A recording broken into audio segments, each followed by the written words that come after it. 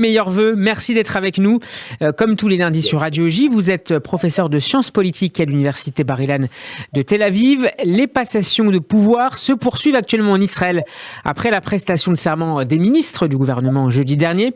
Cet après-midi, le nouveau chef de la diplomatie israélienne, Eli Cohen, s'est exprimé au ministère des Affaires étrangères à l'occasion de la passation de pouvoir avec son prédécesseur, le Premier ministre sortant, Yair Lapid. Ilan Grajdamer, qu'est-ce que vous avez retenu de cette première intervention comme ministre d'Eli Cohen?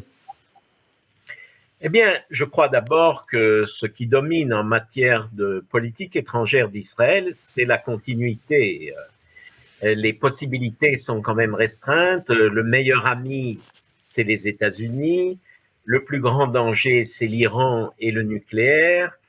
Donc, je n'ai pas trouvé qu'il y avait d'énormes différences, disons, dans le projet politique du nouveau ministre des Affaires étrangères, Eli Cohen, et ce que faisait le précédent Yair Lapid. Donc conforter l'alliance avec les États-Unis, poursuivre le rapprochement avec l'Europe, voilà, auquel a fait également allusion, à laquelle a fait allusion le ministre. Et continuer ce qui a été inauguré avec les accords d'Abraham, c'est-à-dire essayer de multiplier les reconnaissances de la part de pays arabes ou musulmans. Évidemment, le premier pays auquel on pense aujourd'hui en Israël, c'est l'Arabie saoudite, qui, évidemment, si on arrivait à normaliser les relations avec l'Arabie saoudite, ce serait vraiment un très grand pas en avant. Donc, en gros, les paramètres généraux sont les mêmes en matière de diplomatie, avec quelques différences quand même.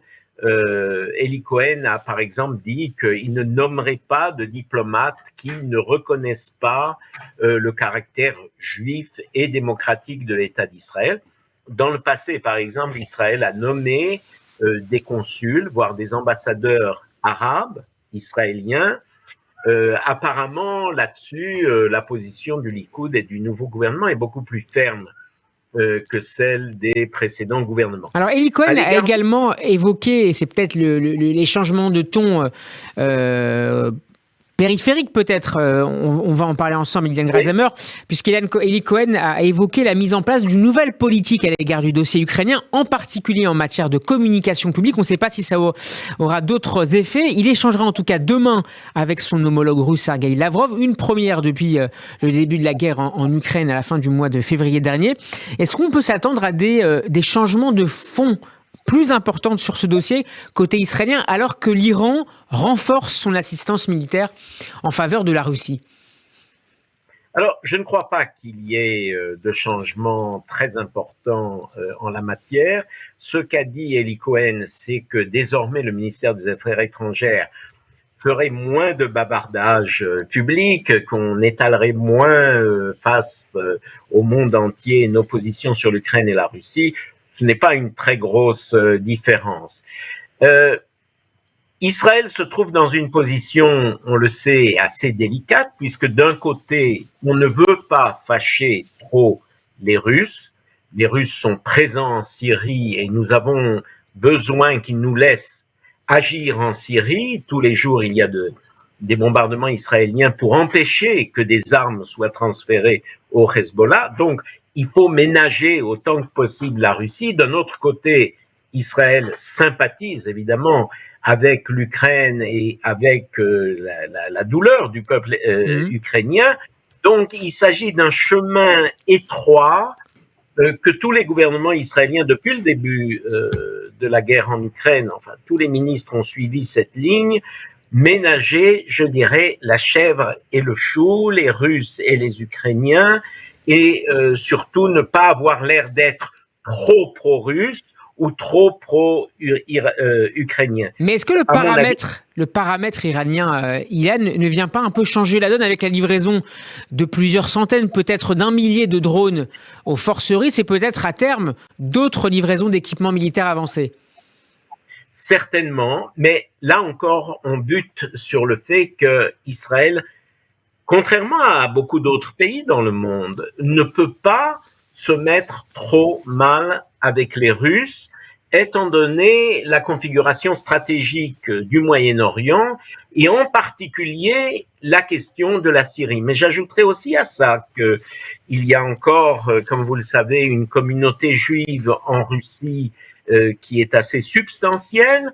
Israël doit faire attention à ce qu'elle fait, et donc le fait que les Iraniens fournissent des drones aux Russes, bien évidemment, c'est tout à fait contraire aux intérêts israéliens, mais je ne vois pas ni le précédent gouvernement ni le nouveau faire quelque chose de vraiment critique à l'égard de Poutine et de la Russie. J'ajouterai malheureusement, mais c'est un peu une situation dans laquelle Israël ne peut pas faire quelque chose de vraiment particulier et brillant. Alors, Eli Cohen sera le chef de la diplomatie israélienne par rotation avec Israël Katz, qui occupera en attendant le ministère de l'Énergie. Votre opinion, Ilan Greisamer, sur son mode de fonctionnement qui dit peut-être quelque chose de la manière dont Benjamin Netanyahou gère le Likoud et les barons de son parti? Bien, écoutez, actuellement, Netanyahou a évidemment beaucoup de soucis quand il prend ses fonctions de Premier ministre, mais je dirais qu'un des soucis qu'il a, c'est la possibilité qu'à l'intérieur de son parti, le Likoud, se forme une sorte d'opposition qui n'existe pas encore, mais disons effectivement de barons du Likoud, des gens importants du Likoud, qui se trouvent frustrés parce qu'ils n'ont pas obtenu les postes importants auxquels ils aspiraient. Je pense à David Bitan, je pense à Dudi Amsalem, je pense à Danny Danon, qui était quand même l'ambassadeur aux Nations Unies. Bon, ils n'ont rien eu ou presque rien eu. Et quant à Israël Katz, qui est un des grands personnages du Likoud, il a obtenu première année le ministère de l'Énergie, c'est-à-dire, je dirais pas grand-chose, mais il ne sera ministre des Affaires étrangères que dans un second temps après Eli Cohen. Et je comprends très bien Benjamin Netanyahou qui se fait du souci parce que nous avons quand même des exemples dans beaucoup de partis. Même prenez Margaret Thatcher qui était très forte au sein du Parti conservateur, et puis se forme une sorte d'opposition interne, et c'est certainement ce que Benjamin Netanyahou voudrait éviter. Alors sur le plan diplomatique maintenant, la première visite de Benjamin Netanyahou devrait avoir lieu aux Émirats Arabes Unis. C'est un message fort du Premier ministre qui souhaite poursuivre le sillon qu'il avait lui-même creusé en 2020 avec la signature des accords d'Abraham. L'objectif ultime semble évidemment de convaincre Riyad d'adhérer à ces accords de normalisation. Ilan, est-ce que vous estimez que cela est envisageable à moyen terme et disons-le peut-être dans le cadre de ce mandat de Benjamin Netanyahou? Bien, tout dépend, et c'est la question que nous nous posons tous, de ce qui va se passer.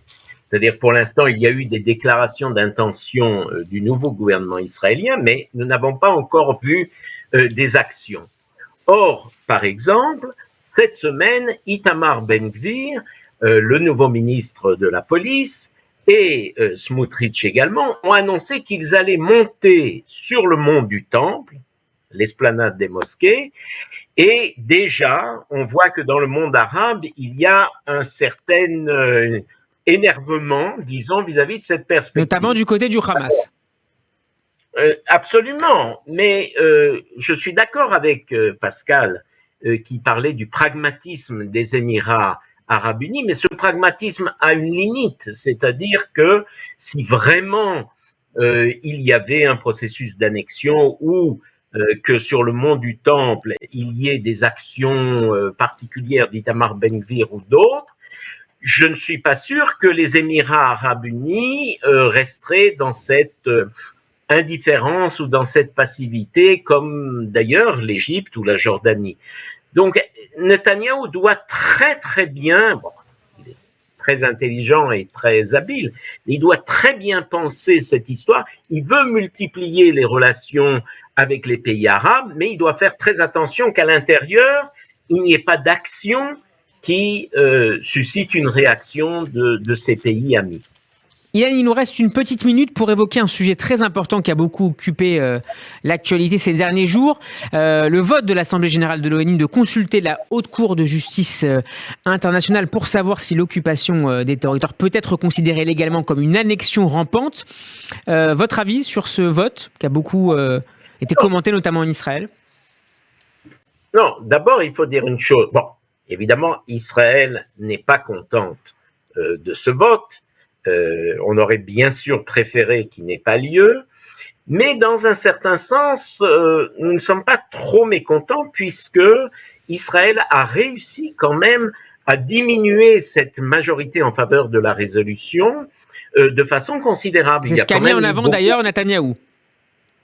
Oui, et c'est vrai. C'est à mettre au crédit de la diplomatie israélienne d'avoir réussi à convaincre certains pays européens, par exemple, de s'opposer à cette résolution. Donc, pour l'instant, ce n'est pas grave, mais il y aura, je pense que ça prend beaucoup de temps, d'ici 1 an, un avis de la Cour internationale de justice qui ne sera probablement pas trop favorable à Israël. Et après, on verra ce qui sera fait, on verra si ces pays arabes et les Palestiniens font appel à la Cour pénale, qui est une autre cour qui se trouve à La Haye. Donc, pour l'instant, je dirais que ça n'a pas trop inquiété Israël, mais qu'on doit voir la suite. Merci beaucoup, Ilan Grazamer, d'avoir été avec nous. Votre semaine politique est à réécouter en podcast sur radioj.fr et en vidéo sur notre page YouTube. Très bonne semaine à vous et à lundi prochain. À bientôt.